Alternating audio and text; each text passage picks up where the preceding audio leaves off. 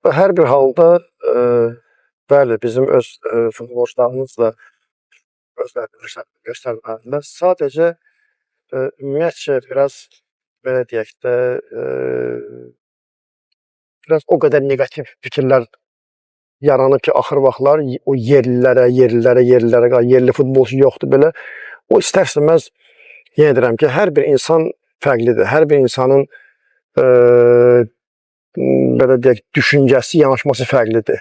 Bu fikirlər görürsən ki, yenə deyirəm, hansısa bir rəhbərə, hansısa bir məşqçiyə təsir eləyir, o yerli futbolçuya inamsızlıq çoxalır. Və belə deyək, iradlar bildiriləndə də birinci yerli futbolçulara bildirilir. Belə bir fikir formalaşıb, amma hər bir halda biz Azərbaycanlıyıq, çalışmalıyıq ki, biz maksimum çalışıb, belə deyək də, özümüz ixrac eləyək, hansı ki, öz brendimiz olsun, öz futbolçularımız olsun. Əgər biz futbol sahəsində gələcək üçün düşünürüksə, gələcəkdə uğur qazanmaq düşünürüksə, əlbəttə ki, biz bunu yerli futbolçularla eləməliyik. Yəni, bunu biz qarşımıza məqsəd qoysaq, əlbəttə ki, hər bir klub ən azından bir neçə futbolçu əldə edə bilsə, bu bizim üçün böyük bir avantaj olar və həm də ki, bu bütün dünya futbolunda olan bir problemdir. Biz, məsələn, biz 10 milyonluq bugün deyək, biz xalqıq, bizim seçimimiz çox azdır. Biz əlimizdə olanları da elə qoruya-qoruya saxlamalıyıq, onlara elə davranmalıyıq ki, onları itirməyək. Amma elə ölkələr var ki, görürsən, siyasət var, burada da gedib belə bir üzrə olan futbolçuları yoxdur, məsələn. Yəni, hər bir yerdə var problem, amma biz onları özümüzə, belə deyək də, bir səbəb götürmək deyilik ki, orada yoxdur, bizdə də yoxdur deyə. Biz çalışıb bizim, ümumiyyətlə mən həmişə demişəm ki, bizim Azərbaycanda, Azərbaycanlılarda tam fərqli bir xarakter var. İstər idman sahəsində olsun, istər digər sahələrdə olsun, biznes sahəsində olsun, istər döyüş əskərlərimiz olsun. Son vaxtlar ümumiyyətlə bizim bu 44 günlük müharibədə hansı ki göstərdikləri o qəhrəmanlıq, o igidlik, yəni bu Azərbaycan xarakterini belə deyək, üzə çıxartdı elə bir. Yəni, buna görə bu güvənmək lazımdır.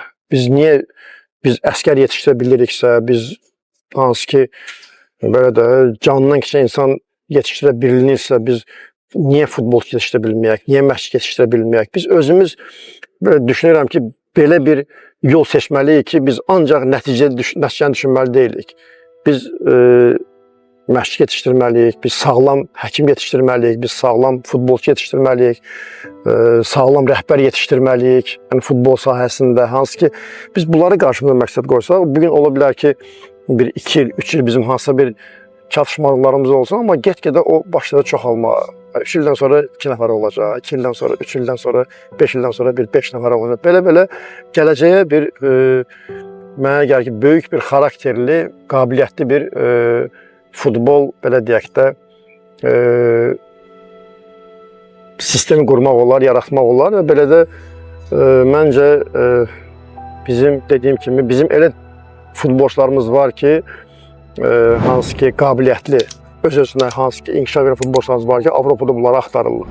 Sadəcə bizim mühit biraz fərqlidir. Bizim, belə deyək, futbol, belə deyək də, inkişafımız, səviyyəmiz biraz fərqlidir. Bunlar bəlkə də Avropada böyüsəydilər, bu bacarıqla, bu sürətlə, bu texnika ilə, bəlkə də onlar hansı səviyyədə olardı, mən yəni, heç göz önünə gətirə bilmirəm. Çünki futbol topa sahib olmaq deməkdir. Biz topu, onu birinci bacarmalıyıq. O da ki, bizim elə bir Azərbaycanlı, elə sizləri götür, elə siz özünüz xoşlayacaqsınız ki, öz aranızda futbol oyundakı top texnikanızı göstərməyə. Bizim o topa belə də sevgimiz, o texnikamız bizim belə deyək, qanımızda var, kökümüzdə var, genində var.